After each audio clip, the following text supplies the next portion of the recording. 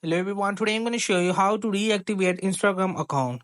I will just open my Instagram account and first of all we'll move in the top right corner of three lines of settings and move in account center meta and just open the personal details, which is second option.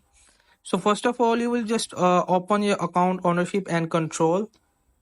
Before you reactivate, you will have to deactivate your account. Simply just tap on it, second option, choose your profile and just tap on it, deactivate your account for temporary.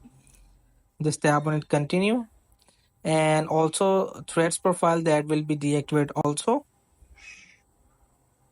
So from here you will just enter your password for deactivate your account, and when you just deactivate your account, now you will have to reactivate. Just open any of browser like Safari and just visit the website instagram.com, and from here you will be just enter your username or email and just type your password and log in, and you will be just reactivate your Instagram account easily. So hope this video help you. Please don't forget to like and subscribe and get notified for more videos.